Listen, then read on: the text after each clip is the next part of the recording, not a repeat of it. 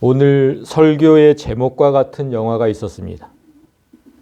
벌써 30년이 지난 영화인데 아직도 많은 사람들의 기억 속에 남아 있습니다. 사랑과 영혼이라는 영화입니다. 사랑과 영혼. 너무나 사랑했던 연인이 이렇게 있습니다. 그러나 남자가 갑자기 죽게 되자 차마 사랑하는 연인 곁을 떠나지 못하고 영혼만 남아서 그녀 곁을 지키게 됩니다. 그런데 그 여자는 그 사실을 알지 못합니다.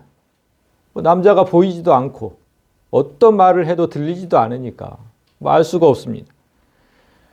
남자는 사랑하는 연인의 그 털끝 하나도 건들지 못한다는 사실에 또 안타까워합니다. 그러다가 여자가 위험에 처했다는 사실을 알게 되고 그때 남자는 어떻게 할 방법이 없으니까 이 영매를 찾아가죠. 영매의 도움을 받기로 합니다. 그래서 영매를 통해서 여자는 남자가 자신 곁에 있음을 알게 되고 그 남자의 도움으로 위험에서 또 벗어나게 됩니다. 그렇게 영화가 이제 결말을 향해서 갑니다. 그렇게 마침내 또 영원한 이별의 순간이 왔을 때 이렇게 마지막 키스를 나누면서 영혼이죠. 남자는 영혼. 마지막 키스를 나누면서 영화가 끝납니다. 이 성경이 말하는 사람의 그 사후 세계와는 좀 다릅니다. 이렇게 사람의 영혼이 떠들고 이러진 않죠. 그렇지만 제가 오늘 그 말씀을 나누기 전에 서두에 이 영화 얘기를 꺼낸 이유는 말씀 전에 좀 알아야 될 사실들이 있기 때문에 오늘 본문에 들어가기 전에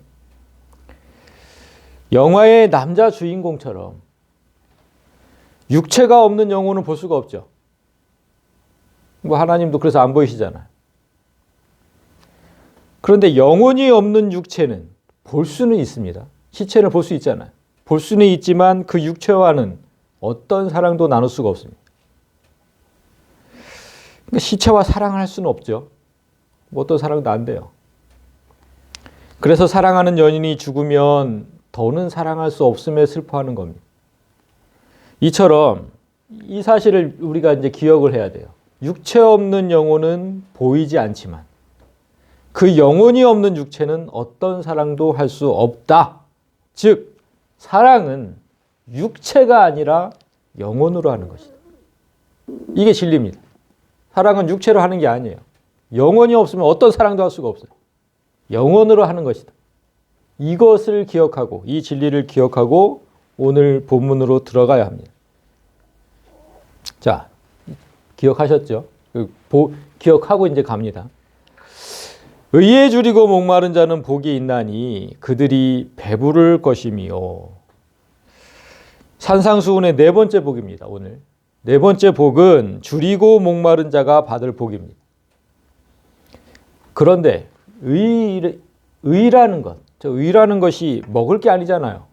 먹을 게 아닌데도 예수님은 의에 줄이고 목마른 자라고 표현을 하셨습니다.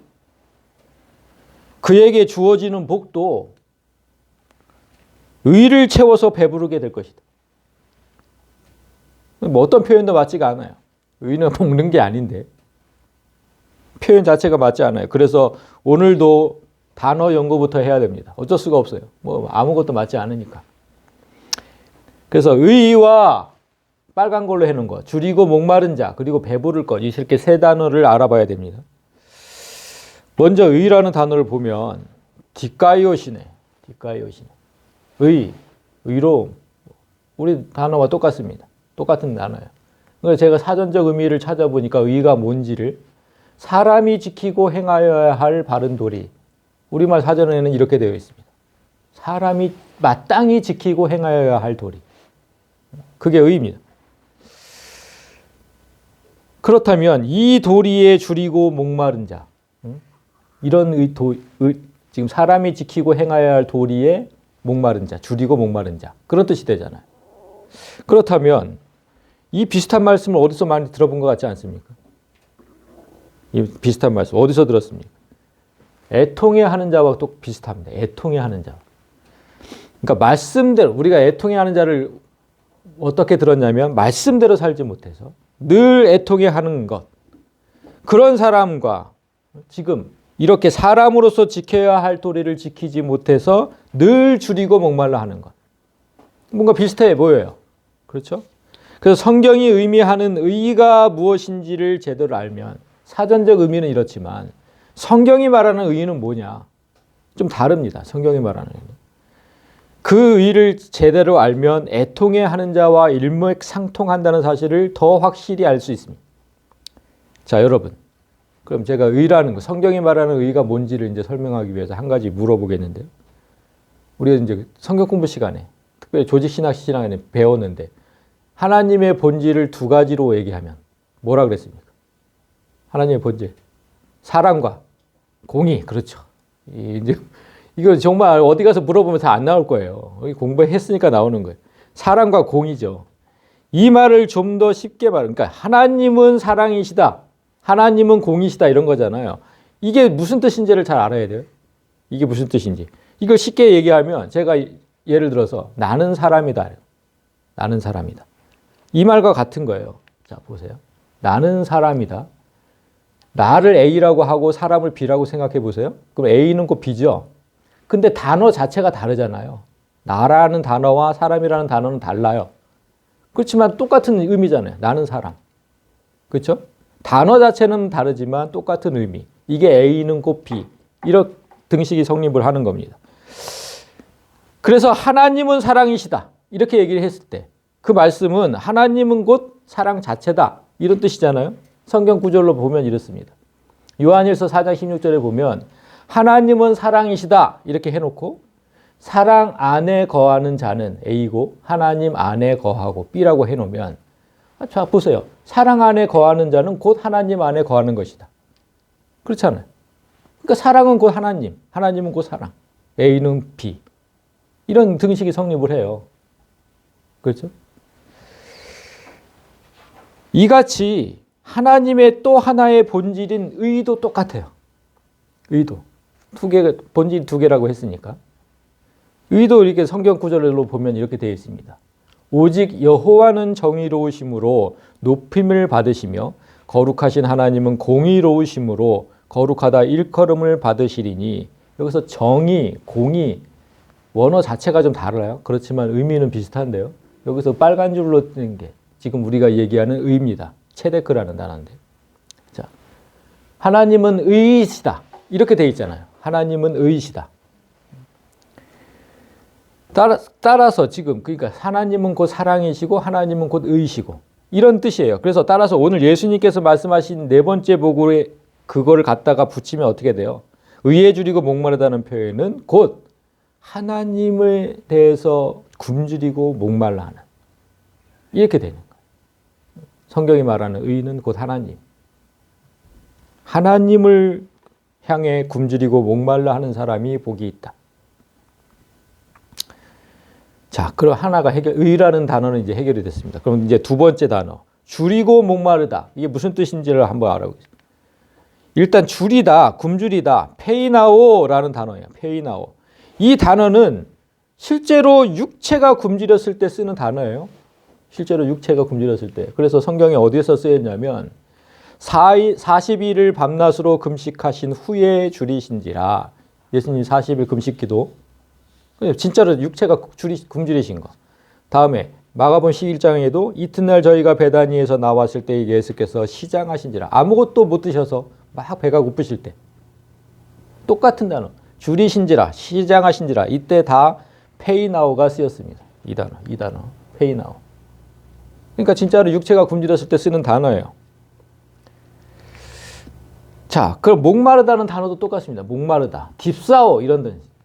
딥사오라는 단어인데 이 단어도 똑같이 육체가 목마른 거예요. 육체가. 그래서 어떻게 쓰였는지 보면 예수께서 모든 일이 이미 이룬 줄 아시고 성경으로 응하게 하려 하사 가라사대 내가 목마르다 하시니. 십자가 위에서 하신 말씀이잖아요. 정말 목마르실 때. 목마르다. 이렇게 이때 단어의 딥사오가 이제 쓰였다는 거잖아요. 이 딥사오가. 그러니까 전부 두 단어 모두 육체가 굶주리고 목마른 상태를 뜻합니다. 그래서 이 단어들이 오늘 본문에서 의라는 단어에 쓰였잖아요. 그러면 우리가 먹고 마시는 것에 굶주리고 목말라 하는 것처럼 그와 똑같이 하나님을 그만큼 갈망한다는 뜻이거든요. 우리 몸 좀 배고프고, 아니 참 성경에 보면 배고프면 자식도 그걸 뭐 며칠 전에 TV에서도 봤는데 막 잡아먹잖아요. 사람도 잡아먹잖아요. 그렇게 갈망하게 돼 있거든요. 뭔가를 먹는 거를. 목마르면 살 수 있습니까? 어떻게 하든지 무슨 물이라든지. 전쟁 때는 소변도 먹었다는데 갈망하게 돼 있어요. 그렇게 목마르고 배고프고 하면 무엇이든지 그만큼 하나님을 갈망한다고. 그만큼 다 필요 없어요. 무조건 하나님. 그거예요. 지금 그 뜻을 얘기하시는 거예요. 예수님이.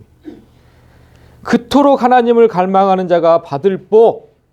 그 받을 복이 뭐라 그랬으면 배부르다는 거였잖아요. 배부르다. 그 배부르다도 보면 똑같죠. 코르타죠. 진짜로 육체가 먹어서 살찌는 단어예요. 육체가 먹어서 살이 찐다. 코르타죠. 그런데 이 단어가 그 겨우 무슨 허기나 갈증을 면하는 정도의 단어가 아니라 차고 넘칠 만큼 먹어서 너무나 배 터지게 먹어서 그 포식하는 단어입니다. 포식하는 단어.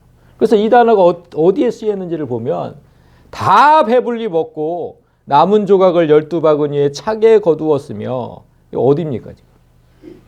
오병이어잖아. 오병이었대. 그 기적이 일어난 곳에서 사람들이 얼마나 잘 먹었는지를 표현하기 위해서 이 단어를 사용했어요. 그러니까 12바구니가 남았잖아요. 먹다. 너무 배 터지게 먹었는데도 남았다는 거예요. 그냥 뭐 조금씩 먹었으면 남았겠냐고요.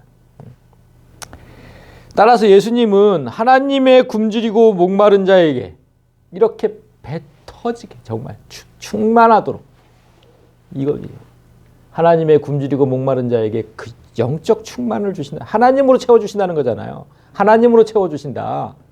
하나님의 굶주리고 목마른 자니까 하나님으로 채워주신다. 그래서 오늘의 복이 뭐냐면 딱 한 글자로 성령 충만. 하나님으로 가득 채우는 거. 오늘 주실 복은 성령 충만이에요. 성령 충만. 자, 여기까지 알았어요. 아, 그렇구나. 그런데 이 복과 두 번째 본문의 연결이 문제입니다. 두 번째 본문을 우리가 같이 읽었는데 무슨 간음 얘기하시잖아요. 음욕을 얘기하시고 이혼 문제를 얘기하시고 이런 거에 대해서 말씀하시는데 이게 그런 게 성령 충만하고 도대체 무슨 관계예요? 간음, 음욕, 이혼? 그거와 성령 충만하고 관계가 있어요? 도대체 무슨 관계냐고. 그래서 지금은 잘 이해되지 않지만 말씀을 따라가다 보면 정말 큰 은혜가 되고 큰 깨달음이 되고 너무 감사하게 되고 진짜 지금은 아무것도 상관이 없을 것 같은데 한번 봅시오. 자, 27절부터 또 간음하지 말라 하였다는 것을 너희가 들었으나 나는 너희에게 이르노니 자, 파란 거 너희가 들었지만 이렇게 들었으나 나는 너희에게 이르노니 제가 이거를 뭐라고 지금 했죠? 저번 주에? 그렇죠. 보전 명제라고 했습니다. 아무튼 무슨 뭐 반대 명제니 뭐 대립 명제니 이런 그 말도 안 되는 겁니다, 진짜. 신약과 구약이 다르다는 거잖아요. 그건 진짜 성경의 성자도 모르는 거죠. 보전 명제가 또다시 등장했습니다. 이제까지는 너희가 이렇게 들었지만 나는 좀 다르게 얘기하겠다. 좀 넓혀보겠다는 거죠. 바르게 완전하게 하시겠다. 그 하나님의 계명을 완전하게 하시고 계십니다. 오늘도. 그리고 10계명 중 6번째 계명이었던 살인의 범위를 지난주에 그 살인의 범위를 영적인 차원으로 넓히셨던 것처럼 오늘도 7번째 계명입니다. 오늘은 7번째 계명. 간음하지 말라. 간음의 범위도 영적인 차원으로 오늘 또 넓히십니다. 똑같이 영적으로. 지난주에 우리가 살인하지 말라는 계명을 항상 육체에 한정하여 생각하는 것이 문제라고 했잖아요. 인격적인 살인, 그게 더 문제, 그게 더. 그 살인을, 인격적인 살인을 계속해서 당하는 사람은 정말 살 수가 없어요. 너무너무 고통스러운 거예요. 그래서 육체를 죽이는 것도 큰 죄지만 영혼을 죽이는 행위 또한 그에 못지않은 큰 죄다. 이렇게 말씀하셨어요. 그래서 오늘 영적인 살인에 이어서 오늘은 영적인 간음, 그 간음에 대해서 말씀하고 계십니다. 그런데 여러분 한 가지 여기서 생각할 게 있어. 한번 생각해 보세요. 지난주에 말씀하신 영적인 살인, 오늘 말씀하시는 영적인 간음, 이 두 가지의 차이점이 있습니다. 무슨 차이점이냐면 영적인 살인은 상대방에게 직접 해를 가하게 돼 있어요. 아니, 어떤 사람이 나를 계속해서 욕을 하고 비난하고 비하하고 쫓아다니면서 계속 지속적으로 입에 담지 못할 욕을 계속하고 협박하고 그러면 내가 그 피해를 고스란히 당하잖아요. 영적인 살인은 내가 분명히 그걸 당해요. 피해를. 근데 영적인 간음은 그렇지 않아요. 아니, 어떤 남성이 어떤 여성을 보고 마음으로 음욕을 품었어요. 그 여성에게 무슨 피해가 갑니까? 여성을 알지도 못하죠. 그냥 내 마음으로 품은 거예요. 내 마음으로. 여성한테 아무 피해가 없어요. 아무 고통도 겪지도 않고. 그런데 예수님은 이런 행위도 실제로 간음한 것과 똑같다는 거예요. 응? 실제로 간음한 것과. 그래서 나는 너희에게 이르노니 음욕을 품고 여자를 보는 자마다 마음에 이미 간음하였다. 아니, 그냥 여자를 그냥 봤다니까요. 그냥 봤어요. 간음한 게 아니라 그냥 봤어. 근데 문제가 된다는 거예요. 그래서 그런 경우에는 차라리 그 눈을 뽑아버리라고 하시죠. 그 눈을 뽑아버리라고. 이것도 안 해왔네. 29절에 보면 만일 내 오른눈이 너로 실족하게 하거든 빼어내버리라. 내 백체 중 하나가 없어지고 온몸이 지옥에 던져지지 않는 것이 유익하며, 그러니까 지옥에 던져지지 않으려면 그 눈을 차라리 뽑아버려라 이렇게 얘기하시는 거예요. 아니, 그냥 봤는데. 남자들은 그래서 이 말씀을 절대로 이해할 수가 없어요. 남자들은. 왜냐하면 남자는 여자를 보면 100이면 100사람 다 음욕이 일어나게 돼 있어요. 그거 왜 그러냐면 하나님께서 그렇게 만들어 놓으셨기 때문에 그래요.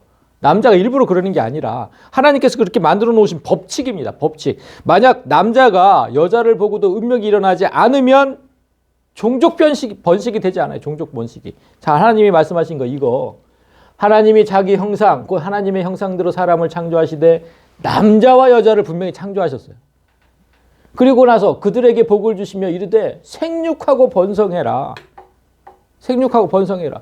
그 전제 조건이 남자가 여자를 보고 음욕이 일어나는 거예요. 안 그러면 하겠냐고. 아무 마음이 안 일어나면. 그렇게 만들어 놓으신 거라니까요. 하나님이. 그래 놓고 지금 하나님이 이렇게 만들어 놓으셔놓고 지금은 음욕을 품고 여자를 보면 지옥에 간다고 막 눈을 뽑아버리라고 이렇게 말씀하시면 이게 앞뒤가 안 맞잖아요. 앞뒤가 하나님 만들어 놓으셔놓고. 그렇지 않아요? 어떻게 된 겁니까? 이거 왜? 진짜로 대리명제가 맞는 거예요?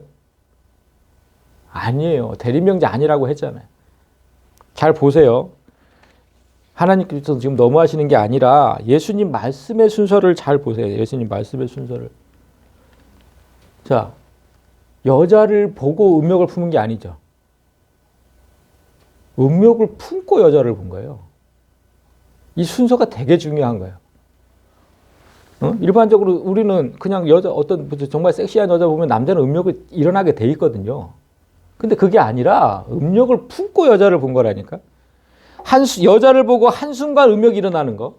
그건 하나님의 섭리가 맞아요. 그러나 음욕을 품고 여자를 보면 안 된다는 거예요. 여기서 음욕이라는 단어를 한번 볼게요. 그게 무슨 뜻인지 제대로 보려면. 음욕, 에피디메오, 욕구하다, 원하다, 탐하다 이런 뜻인데 제가 파란 거 빨간 걸로 또 나눠놨잖아요. 에피라는 그 전치사는 뭐뭐 위에라는 뜻이에요. 뭐뭐 위에. 에피. 그 다음에 그 빨간 거, 디메오는 급작스러운, 경로하는, 갑자기 뭔가 팍팍팍 일어나는, 급작스러운, 경로하는 그런 뜻의 디모스. 그 합성어예요, 합성어. 그래서 어떤 대상을 일순간 격렬하게 요구하는 마음. 어떤 대상을 갑자기 너무너무 격렬하게 원한다니까요. 반드시 내가 가져야 되겠다는 그 마음. 그래서 이 단어가 어디에 쓰였냐면 여기 쓰였어요. 여기에.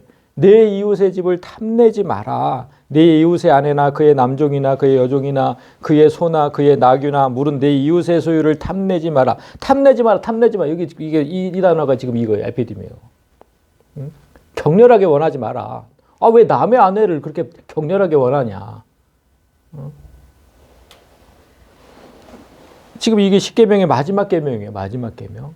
그 마지막 계명에도 등장하는 이 단어는 자신의 것이 아닌 것을 갑자기 갖고 싶은 충동. 내 게 아니에요.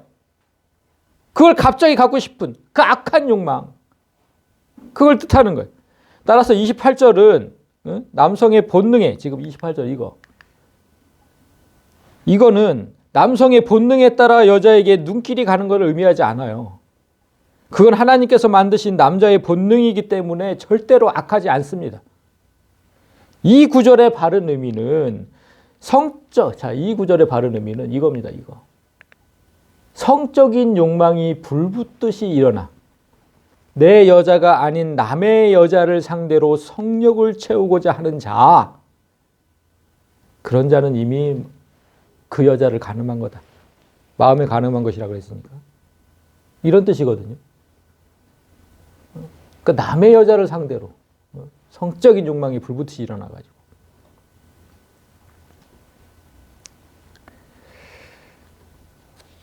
내 여자가 아닌 다른 여자를 상대로 이렇게 얘기를 했기 때문에 그래서 예수님은 간음이라고 표현한 거예요. 간음. 간통이 아니죠. 간간이 아니라 간음. 간음이 뭡니까? 간음이 이거잖아요. 모이큐. 간음하다 간통. 부부가 아닌 남녀가 성관계를 맺는 거. 부부가 아닌 다른 남에게 속한 여자, 남에게 속한 남자. 이게 간음이잖아요. 그래서 남자가 여자를 강제로 겁탈하는 강간과는 다른 거예요. 이거는 그냥 둘의 합의로 은밀하게 한 거잖아요. 둘의 합의로. 강제로 한 게 아니에요. 은밀하게 이루어진, 둘의 합의로 은밀하게 이루어진 성교. 이게 간음입니다. 그러니까 예수님은 남자가 욕망이 불붙듯이 일어나서 강간한 것을 말씀하시는 게 아니에요. 요즘 그게 문제가 되는 거죠. 그렇게 강간한, 그걸 말씀하시는 게 아니라 남녀가 눈이 맞아서 관계 맺은 것을 지금 말씀하고 계신다. 그렇다고 해서 지금 강간보다 간음이 더 문제라고 하시는 게 아니에요. 강간보다 간음이 더 문제다. 이걸 말씀하시는 게 아니라 지금 우리가 지금 첫 번째 본문이 뭐였어요? 하나님을 갈망하는 거잖아요. 하나님을 갈망하는 것을 보충하기 위해서 지금 간음을 얘기하시는 거예요. 강간보다 더 간음이 나쁘다 이게 아니라 똑같은 거죠. 똑같이 나쁜 거지만 지금 우리 이거 무슨 얘기를 하는지를 지금 담아두셔야 돼. 하나님을 갈망하는 것을 설명하시기 위해서 간음을 얘기하시는 거예요. 이 간음죄에 대한 율법은 여자에 대해서 좀 더 엄격해요. 구약 율법을 보면 남자는 합법적으로 처분을 둘 수 있었어요. 합법적으로. 두 번째 부인, 세 번째 부인 쭉 둘 수 있었어요. 그게 합법이었어요. 합법. 그리고 창녀와 성관계도 가질 수 있었어요. 남자는. 단지 유부녀와 성관계를 가지면 안 돼요. 다른 남편의 여자. 그것만 안 돼. 그 다른 가정을 깨뜨릴 때만 간음죄로 처벌된 거예요. 그러나 여자의 경우는 달라요. 혼외정사는 모두 간음죄로 처벌했습니다. 즉 남편이 있는 여자가 다른 남자와 성관계를 했다면 이유여하를 막론하고 그냥 간음죄입니다. 간음죄. 이렇게 간음에 대한 범위가 남자와 여자 사이에 차별이 있었던 이유, 아까 말씀드린 똑같아요. 종족 번식 때문에 그런 거예요. 종족 번식 때문에. 여자가 임신하지 못하는 경우가 있잖아요. 부인이. 그런 경우를 감안해서 아내 외에 다른 여자를 허용한 겁니다. 그렇지만 그러나 그 이유조차 종족 번식의 그 이유도 가정을 깨는 일만큼은 안 된다고 하신 거예요. 가정을 깨는 건 안 된다. 그 하나님의 법이 그렇게 만들어진 거예요. 처음에는 진짜 종족 번식이 중요했으니까. 요즘은 종족 번식이 중요하지 않으니까 이제 일부 일처제가 된 거고. 자, 그래서 레위기에 보면 이렇게 되어 있습니다. 누구든지 남의 아내와 간음하는 자, 곧 그의 이웃의 아내와 간음하는 자는 그 간부와 음부, 남자와 여자를 반드시 죽일지니라. 이렇게 되어 있잖아요. 그러니까 남녀 사이에 합의로 이루어진 불륜, 그게 간음죄인데 예수님은 이 죄의 범위를 확 넓혀서 남자가 음욕을 품고 그 대상자를, 간음할 대상자를 봤다는 것만으로도 간음죄다 이렇게 말씀하신 거잖아요. 그러니까 구약율법이 간음에 대해서 남자에게 더 관대했다면 지금 예수님은 신약의 율법은 남자에게 더 엄격하게 적용된 것 같아요. 그렇게 그냥 마음으로만 생각해도, 눈으로만 봐도. 그렇다고 해서 남자분들이 진짜 구약 시대가 좋았네 이렇게 생각하면 안 되죠. 구약 시대는 첩도 둘 수 있었고 뭐 창녀랑 해도 죄도 아니고 구약 시대가 좋았네. 신약은 무슨 눈으로 보기만 해도 안 된다 그러고 그렇게 생각하면 안 되는 거예요. 이런 감정은 왜 안 되냐면 그런 감정은 사탄에게서 온 거예요. 사탄에게서. 창세 시대의 사탄이 사람의 아름다움을 보고 느꼈던 감정입니다. 하나님의 아들들이 사람의 딸들의 아름다움을 보고 자기들이 좋아하는 모든 여자를 아내로 삼는지라. 여기서 하나님의 아들들이 누구냐 이거를 놓고서 정말 많은 경론이 일어나는데 성경은 정말 여러 곳에서 하나님의 아들들을 천사라고 지칭을 해요. 여러 곳에서. 그리고 유다서에 보면 자신의 처소를 떠나서 죄를 지은 천사들을 언급을 합니다. 하늘에 있어야 할 천사들이 이 땅에 와가지고 이거거든요, 이거. 그 유다서에 보면 그걸 언급을 하고 있어요. 그래서 이 구절에 하나님의 아들들은 타락천사로 보는 게 타당합니다. 타락천사들, 타락천사들이 사람의 딸들의 아름다움을 보고 자기들이 좋아하는 모든 여자를 아내로 삼았다. 그래서 이 사이에서 그냥 말도 안 되는 네피림 같은 게 나오잖아요. 사람과 사람이 결혼을 했는데 왜 네피림이 나오냐. 그 말이 안 되는 거죠. 자, 근데 여기서 보면 사람은 원래 누구 겁니까? 하나님이 만드셨어요. 하나님이 나랑 영원히 사랑하자고 내가 만든 그런 존재, 사람. 사람은 하나님의 것이지 사탄의 것이 아니죠. 그런데 사탄 속에는 항상 하나님의 것을 탐하는 그런 욕망이 있었대요. 하나님의 자리에 오르고 싶은. 그것 때문에 타락한 거잖아요. 그 욕망이 계속해서 있었기 때문에 사람도 탐한 거예요. 사람도. 하나님의 건데. 사람의 아름다움을 보고 닥치는 대로 범했다. 닥치는 대로. 따라서 이런 감정은 사탄에게서 온 거라니까요. 남의 것을 탐하는 거. 닥치는 대로.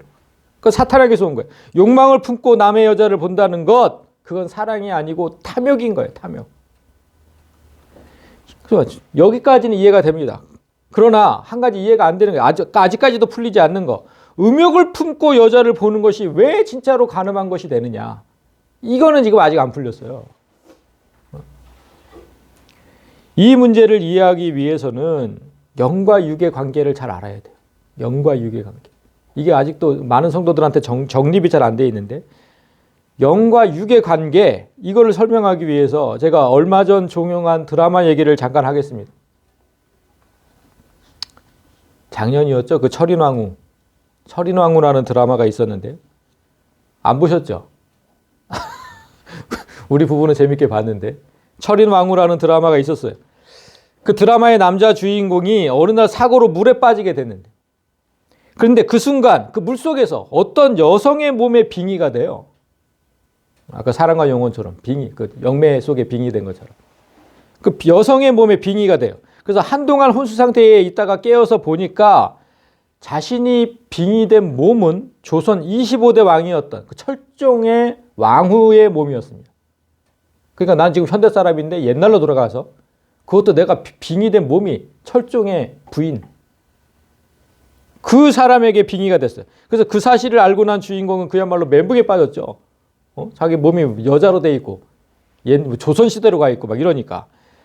그런데 생각해보면 몸은 조선시대 영혼인데, 조선시대 여성인데 영혼은 현대의 남성이잖아요.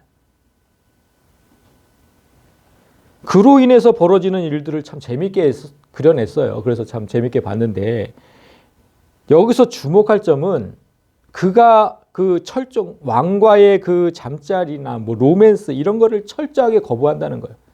그 몸은 그 왕후잖아요. 몸은 왕후인데도 그걸 철저하게 거부를 해. 오히려 후궁이나 나인들에게 관심을 보이죠. 왜냐하면 난 남자니까. 아무리 몸이 여자라도. 그래서 막 이쁜 후궁, 이쁜 나인들 이런 사람들에게 관심이 있지 철종에게 관심이 없는 거예요. 남편인 왕에게는 자신의 몸을 만지지도 못하게 해요. 그 조선의 왕에게 그냥 재밌게 참 노타치를 외쳐요. 노타치 맨날. 노타치 알아듣지도 못하는. 제가 그 드라마를 보다가 제가 생각을 해봤어요.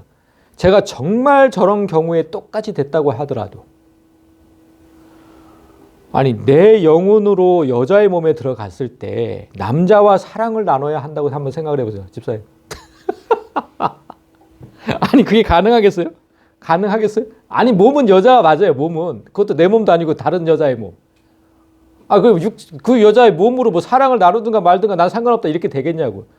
아니 절대로 하기 싫죠. 그 남자와 키스를 해야 되고 막 성교를 이게 되겠냐고 이게. 생각만 해도 끔찍해 진짜 생각만 해도. 응? 육체는 내 몸이 아니더라도 생각만 해도 끔찍하다고. 그러니까 노타치를 한 거거든요. 노타치! 만지지도 마. 아니 왜 그럴까요? 왜 그렇게 싫을까요? 내 몸도 아닌데. 몸은 그저 껍데기에 불과한 거예요. 몸은 그저 껍데기. 그게 밝혀지잖아요. 그냥 몸은 껍데기라고. 육체는 철저하게 영혼의 지배를 받는 거예요. 육체가 영혼이 빠져나가면 그냥 아무것도 아닌 시체잖아요. 이것 때문에 그런 거예요. 이것 때문에. 육체가 남성의 몸이든 여성의 몸이든 그건 중요하지 않습니다. 어떤 영혼이 그 육체를 소용하고 있는지 그게 중요한 거죠. 그게. 그러니까 육체가 여자더라도 나는 진짜 싫은 거거든. 남자랑 사랑 나누는 건. 그 예수님께서 마음에 이미 가늠했다 하신 이유도 이것 때문인 거예요. 이것 때문에. 자, 마음에 이미 가늠했다 그랬잖아요. 마음이 뭔지를 보면 까르디아라는 단어인데 마음이 뭡니까, 여러분? 마음. 영혼이 육체에 거할 때 생기는 감정의 자리예요. 그러니까 영혼이 육체에 거할 때만 생기는 게 마음이에요. 그러니까 시체한테는 없는 거예요. 시체한테. 마음이라는 게 무슨 마음이 있어요, 시체에. 응? 육체에 영혼이 거할 때 생기는 감정의 자리. 그러니까 뭐 미워하는 감정, 싫어하는 감정, 사랑하는 감정, 그리워하는 감정, 이런 감정의 자리가 마음이거든요. 따라서 음욕을 품고 여자를 보았다는 뜻이 뭡니까? 영혼이 먼저 움직였다는 거예요. 음욕을 품었다. 영혼이 먼저 움직였다. 그리고 나서 여자를 보았다. 아직 육체로 성관계를 맺지 않았다고 해도 영혼은 이미 했잖아요. 영혼은 이미 음욕을 품었으니까. 영혼은 이미 한 거라는 거예요. 영혼은 이미. 그래서 간음이라는 죄는 항상 내 영혼에서부터 시작된다는 거예요. 영혼에서부터. 영혼의 지배를 받는 육체가 결국은 육체적 간음도 하는 거지. 육체는 아무것도 아니라니까요. 육체는 그냥 껍데기. 예수님 말씀하셨듯이 그거예요. 음욕을 품고 여자를 보면 영혼은 이미 마음에 이미 간음했다. 당연한 거잖아요. 당연한 거예요. 그러니까 모든 감정은 영혼이 지배한다. 모든 감정은. 이해를 돕기 위해 또 다른 예를 제가 하나 들어보면 이래요. 요즘 사회적으로 문제가 되는 것 중에 하나가 딥페이크라는 거예요. 딥페이크? 뭐 딥러닝, 뭐 딥페이크. 딥페이크라는 기술을 악용해서 성적 욕망을 채우는 건데요. 딥페이크가 뭐냐면 인공지능을 기반으로 활용한 인간 이미지 합성 기술. 그러니까 내 얼굴 사진이 있으면 내 얼굴에다가 내 아내 얼굴을 딱 갖다 붙여요. 몸은 남자인데 얼굴은 내 아내. 이렇게 만드는 겨. 이미지 합성. 이게 지금 딥페이크라는 기술인데. 문제는 뭡니까? 이거 지금 제가 하나 따온 건데. 이거 아이유라는 연예인인데. 이상하잖아요. 남자 얼굴 갖다 놓으니까. 이렇게 만들어 놓고, 문제는 뭐냐면, 예를 들어서 포르노 배우 같은 나체 사진 있죠. 여성의 나체 사진. 정말 전락. 다 나와 있는. 그 나체 사진 그 하나를 구해가지고 내가 평소에 사모하던, 사랑, 진짜, 홀로 짝사랑하던 그 여자의 얼굴 사진을 여기다 갖다 붙이는 거예요. 그 포르노 배우에다가. 그러면 그 여자의 나체를 보는 것 같은 이런 쾌감을 느끼고 이런 변태적인 그게 지금 요즘 사회적으로 문제가 되고 있다는 거예요. 그런데 이 사실을 알았다면 그 여성이 그 사실을 알았어요. 어떤 남자가 그렇게 하고 있다는 걸. 그 사실을 알았다면 그 여성은 어떻겠어요, 여러분? 말할 수 없는 고통에 빠지죠. 왜 고통에 빠질까요? 그 사진의 몸은 자신의 몸이 아니잖아요. 벗고 있는 여자의 몸은 그 사진 속의 여자의 몸이지 자기 몸이 아니라니까. 그냥 얼굴만 갖다는 거야, 얼굴만. 근데 왜 고통스러울까? 왜? 자신의 얼굴이 그 몸에 입혀졌다는 사실만으로 괴로워하잖아요. 남자들은 그렇지 않아요. 남자들은 혹시 그런 일이 있다고 해도 뭐 빨개진 어떤 몸에 내 얼굴을 갖다 놨다고 하더라도 별로 개의치 않아요. 내가 아니니까. 어떤 미친놈이 저렇게 해놨네. 이러지 그냥. 별로 뭐 괴로워하지 않는다니까요. 남자나 여자나 감정은 똑같이 영혼이 지배하지만 여자의 영혼이 남자의 영혼보다 더 연약하다는 사실이에요. 그래서 그렇게 고통스러워하는 거예요. 제가 말씀드리잖아요. 여자는 남자한테 나왔기 때문에 육체든 영혼이든 훨씬 연약하다니까요. 그래서 남자들이 지켜줘야 되는 거고. 하나 거쳐서 나왔는데 당연히 연약하죠. 그래서 한 여성이 어떤 남자를 사랑해서 잠자리를 갖든 원하지 않는 강간을 당하든 육체를 놓고 보면 당하는 범위는 거의 같아요. 여성의 입장에서. 강간을 당한다고 해서 육체가 더 망가지기는 하진 않아요. 그런데 강간을 당할 때 더 고통스러운 이유가 뭘까요? 영혼이 고통스러우니까. 영혼이 고통스러우니까. 그러니까 그 지배를 받는 육체도 더 고통스럽게 느껴지는 거예요. 더 아픈 거예요. 육체도 더 아프고. 따라서 강간이나 겁탈이 육체적인 일이라고 생각하면 안 되는 거예요. 특별히 남성분들. 그걸 육체적인 일이라고 생각하면 안 돼. 성행위는 명백히 영혼이 주도하는 일임을 아셔야 됩니다. 영혼이. 그래서 예수님은 오늘 이렇게 말씀하시는 거예요. 만일 내 오른눈이 너로 실족하게 하거든 빼어내버려라. 내 백체 중 하나가 없어지고 온몸이 지옥에 던져지지 않는 것이 유익하며 똑같이 또한 만일 네 오른손이 너로 실족하게 하거든 찍어내버려라. 내 백체 중 하나가 없어지고 온몸이 지옥에 던져지지 않는 것이 유익하니라. 눈으로 음욕을 품고 손으로 만지고 남의 것을 차라리 빼어내버리고 찍어내버려라. 마지막 심판의 날 사람이 지옥에 던져지는 이유가 뭡니까, 여러분? 육체가 더럽기 때문입니까? 아니, 목욕 안 해서 지옥에 던져지냐고요? 그거 아니잖아요. 영혼이 더럽기 때문에 분명히 지옥불에 던져진다고 예수님이 이렇게 말씀하셨어요. 화 있을진저 외식하는 서기관들과 바리새인들이여 회칠한 무덤 같으니 겉으로만 회칠한 무덤처럼 겉으로만 아름답게 보이지만 그 안에는 영혼이라니. 그 영혼은 죽은 사람의 뼈와 모든 더러운 것이 가득하도다. 육체가 아무리 아름답다 해도 영혼이 더러우면 지옥불에 떨어진다고 말씀하신 거예요. 육체는 상관없다니까. 왜 자꾸 육체만 가지고. 자, 여러분, 우리는 모두 그리스도와의 관계에서는 뭡니까? 여자, 신부잖아요. 성도 모두는. 그렇게 한번 생각을 해보세요. 성경은 예수님을 신랑으로 우리를 신부로 묘사하니까 남성분들도 다 내가 여성이다, 신부다 이렇게 한번 생각을 해보세요. 그러면 세상의 마지막 날이 이제 우리의 혼인날이거든요. 예수님 다시 오시는 날. 그날이 이제 우리의 혼인날, 잔칫날. 그렇게 표현을 해요, 성경이. 인간 사회에서도 약혼한 신부가 외도를 했다면, 결혼을 약속했어요. 근데 딴 남자랑 외도를 했어. 그러면 신랑을 모욕하고 배신한 처사로 그 결혼의 파탄은 모두 그 여자의 책임이잖아요. 신부의 책임이잖아요. 우리도 똑같다는 거예요. 우리도 신랑이신 예수님이 오시기 전에, 지금 이제 금방 오실 건데 예수님 오시기 전에 다른 영들과 사랑에 빠졌다면 우리의 결혼도 파탄이고 그 책임은 온전히 우리에게 있다. 온전히. 우리의 육체가 아니라 영혼이 더러워질 때 그 결혼이 파탄에 이르는 것이다. 파탄의 결과는 지옥이라 그랬잖아요.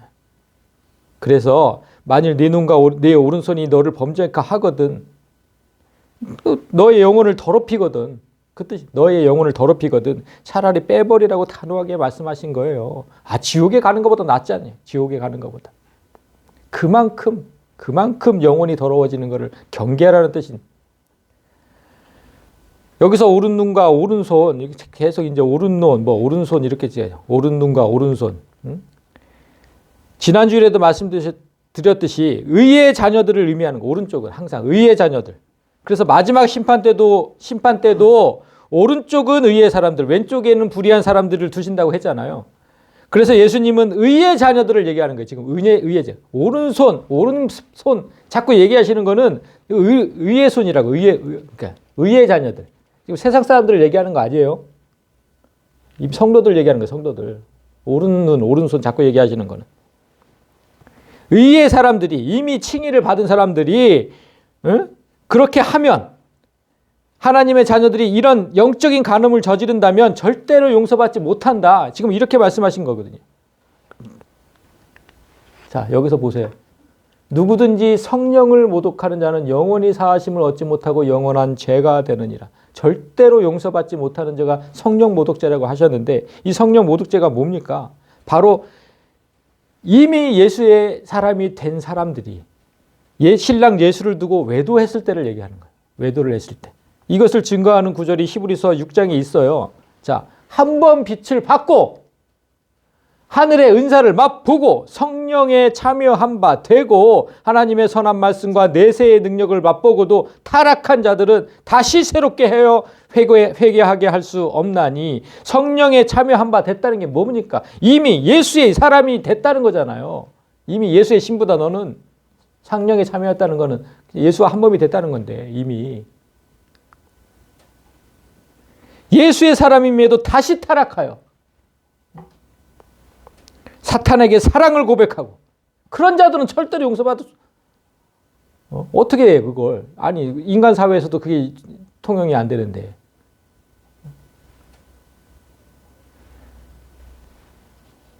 여러분, 간음이 무슨 뜻이라고 했어요? 배우자가 있는 사람과 그 하는 게 간음이라고 그랬잖아요. 다른 배우자 있는 사람이 다른 존재와 사랑을 나누는 거. 그래서 예수를 전혀 알지 못하는 사람이 사탄에 빠진 건 아무 관계가 없어요. 그건 예수의 신부가 아니니까. 세상 사람들하고는 상관이 없어요, 이게. 이거 우리한테 성도들한테 하시는 얘기. 이미 예수의 사람인 사람들. 그들은, 세상 사람들은 구원의 기회가 있어요. 아직 예수의 사람들이 아니니까. 사탄의 사랑에 빠져 살지만 지금. 그들에겐 구원의 기회가 있다고. 그런데 우리는 아니라니까요. 우린 정말 심각하게 받아들여야 돼. 우리는 이미 예수의 사람들이기 때문에 절대로 용서를 받을 수 없다는 거예요.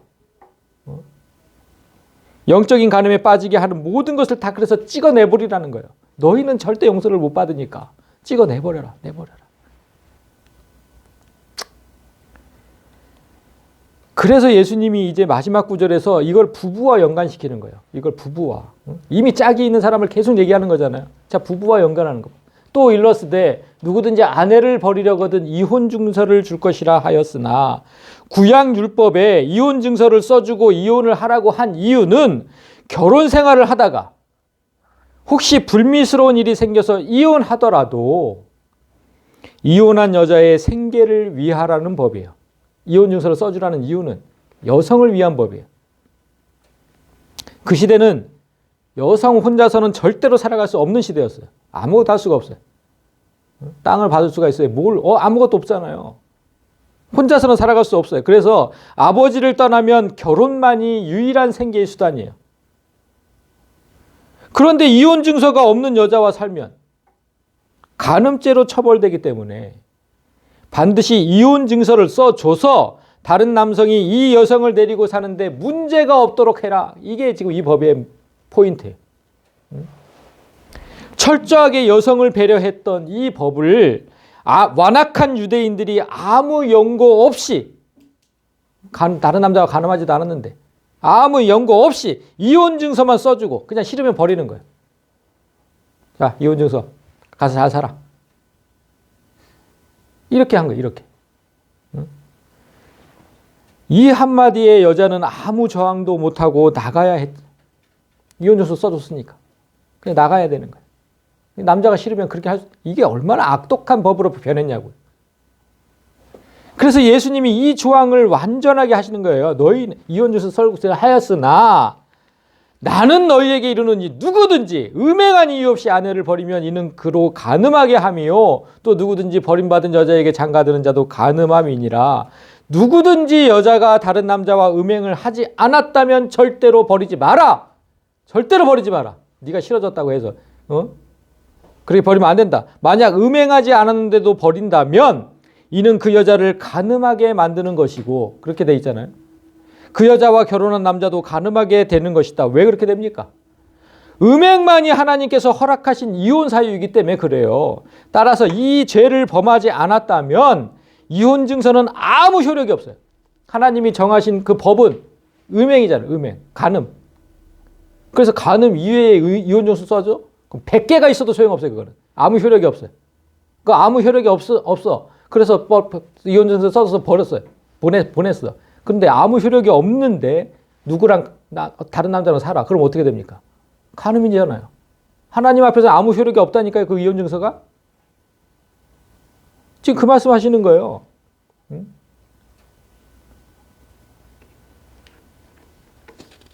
그래서 음행한 이유 없이 하나님에게 이 음행은 우리한테 적용하면 뭡니까? 음행한 이유 없이 이걸 지금 하나님에게 우리한테 적용하면 이 음행은 우리의 우상숭배거든요. 우상숭배, 음행. 그렇죠. 성경에 항상 그렇게 얘기를 하니까 하나님도 우리가 하나님을 배신하고 사탄을 경배하면 우리를 버리실 거라고 하는 거예요. 하나님의 그 이혼증서의 법이 그렇잖아요. 음행, 간음하면 버려라. 똑같은 거예요. 우리도 다른 영을 사랑하고 다른 것을 봐. 세상의 영, 이런 것들을 그 사랑에 빠지면 하나님도 버리실 것이다. 그러나 이러한 이유 없이는 절대로 버리지 아니할 것이다. 똑같이 적용되는 거죠. 똑같이. 그거 아니면 절대로 너희를 버리지 않는다. 자, 말씀을 맺겠습니다. 우리는 오늘 의에 줄이고 목마르다는 뜻이 신랑 되신 하나님에 대해서 줄이고 목마른 사람을 의미한다는 사실을 확실하게 알았습니다. 신랑이 다시 오시는 그날, 예수님 다시 오시는 그날까지 다른 신랑, 세상에 속한 그 어떤 신랑이라도 그런 것들을 보지 않고 오직 하나님을 다시 오실 그 신랑을 줄이고 목마른 심정으로 기다리는 사람. 언제 오십니까? 내 신랑 언제 오십니까? 아무리 여기서 고통스러워도. 그 사람에게 주어지는 복은 하나님을 가득 채우는 복이다. 그런 사람에게 성령 충만을. 아니 무슨 교회들마다 성령 충만을 하려고 그러면 그냥 막 방언으로 기도를 하고 막 성령 충만 받으라. 목사들이 무슨 성령 충만을 주는 것처럼 그거 아니고 내가 정말 하나님을 바랄 때 그렇게 굶주리고 목말라서 하나님을 바랄 때 하나님께서 주시는 거지. 성령 충만은 성령 충만 받으라. 목사가 주는 게 아닌데. 그 짓들을 하고 앉아 있으니까. 이 성령 충만을 위해서 예수님께서 지난주에 이어서 오늘까지 계속해서 강조하시는 거 이거 놓치시면 안 돼요. 육체는 철저하게 영혼의 지배를 받는다. 육체가 남성의 몸이든 여성의 몸이든 그건 중요하지 않아. 어떤 영혼이 그 육체를 소유하고 있는지가 중요하다.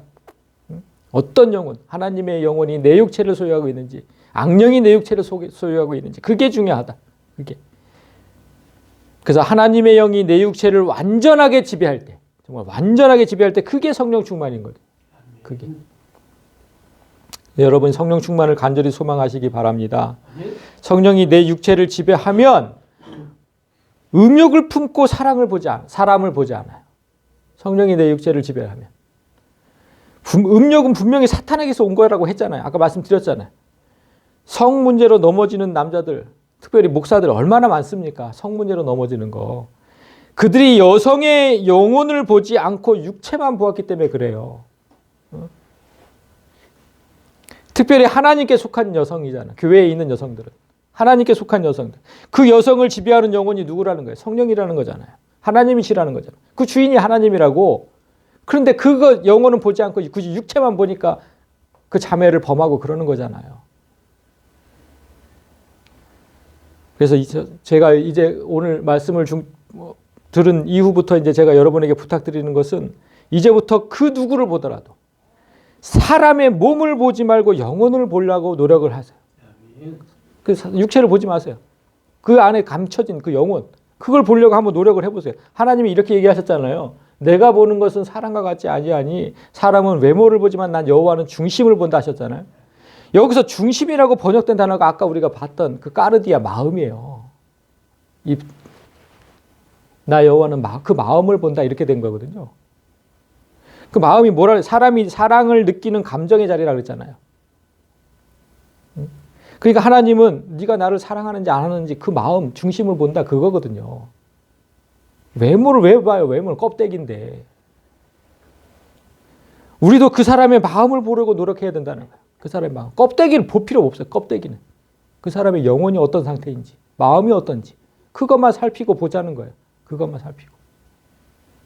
성령이 임한 사람은 반드시 그렇게 할 수가 있습니다. 우리는 왜냐하면 보이지 않는 하나님을 보고 사는 사람들이니까. 보이지 않는 영혼을 볼 수 있다고, 보이지 않는 영혼을. 자, 오늘 말씀에 함께 참여한 모든 성도가 참으로 하나님만 바라고 하나님께 주시는 넘치는 성령으로 주린 배를 채우며 악을 이기는 영들이 되시기를 진심으로 소망합니다.